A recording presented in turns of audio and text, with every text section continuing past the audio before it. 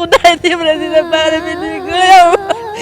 ماله الله وژنو دی چې نن به دې مړندېږم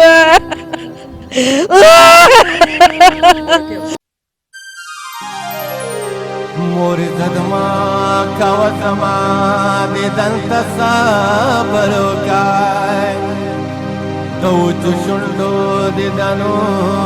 نو کې خوندونه نه وي د اوښکو ډکې سترګې اوښکې جوړوې سترګو کې د سپورو زلفو په ټالونو کې خوندونه نه وي قدرمنو پېښور پریس کلب او دا زما یو پښتنه مور ده زه وایم دې نن د دې ټول پښتونخوا جړا وکړه دا هره مور او خور دا دې وژړل او د دې چې کومې دا اوښکې دي که نه نو په دې کې زما د پښتونخوا رنګ دی زه ټول هغه خلکو ته کم دغه یو څو کسان چې دي او څوک چې وایي حالات صحیح شو د مسافرو وی حالات صحیح شو د دې مور دا جړا لږه وګورئ او د دې وورئ چې د کم مسافر حالات صحیح شو کم مسافر صحیح شو کم مسافر ته آرام میلو شو مورکې لږ ووایه که نه څه چل دی هلته پراته دي که نه ټول مسافر هلته پراته دي نو عمران خان ته زه دا خواست کوم چې تعلیم مې پرې وکړو نوکري نه وم د مزدورۍ نه مې هلته لېږلی نو اوس خو دې راله چې مړ شو نو اوس خو ماله د مزدورۍ نه دی خو زه یم چې دلته یې څه جوړ شو زه یې خاورو له ځم او دیدنې کوم که هلته یې ښخ کړو نو زه به نه یم ګورې عمران خان ته ویم پرویز خټک ته چې زه به ځان سوځوم دلته د ټول جهان په مخ کې خو ماله خپل زوی الله مهرباني وکړه د الله رضا وکړه ماله یې راولی د دې زوی نوم دی واله مورکې زوی نوم دی څه دی خان جمشید خان د کوم ځای دی چارباغ څخه یې کرپوره چارباغ څخه یې څومره وخت وشو چې تللی دی 2.5 کاله 3.5 کاله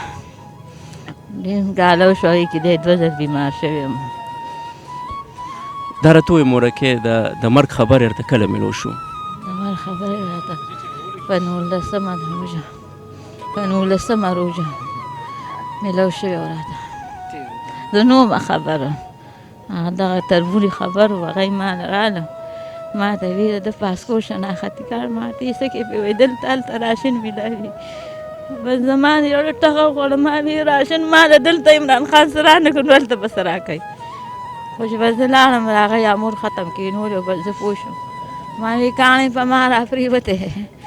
بس بیا تصویران یې راله د مرګ راله هغه مې صحیح هسې مورکې دا راته ووایه د عمران خان خو ستا په دې ژبه نه پوهېږي زمونږ وزیر اعلی زمونږ پښتانه وزیران مشیران دغې خلکو ته لږ ووایه دې نه دا خپل زوی غواړه که نه وایه زه به تر کومه پورې داسې جاړم دا نن میاشت شوه زما جړا ده زما د زوی دیدن په سترګو صحیح نه کوم نو دا دغې خلکو ته زه خواست کوم چې ما له دا خپل زوی راولي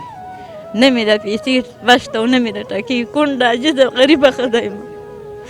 18 کاله مې دی د کلتونو کو په څلورو ټوکړو مې دې کړو نو خدای دې ورځې لپاره مې دې کړی وو ماله الله وژنو دی چې نن به دې مړندېږم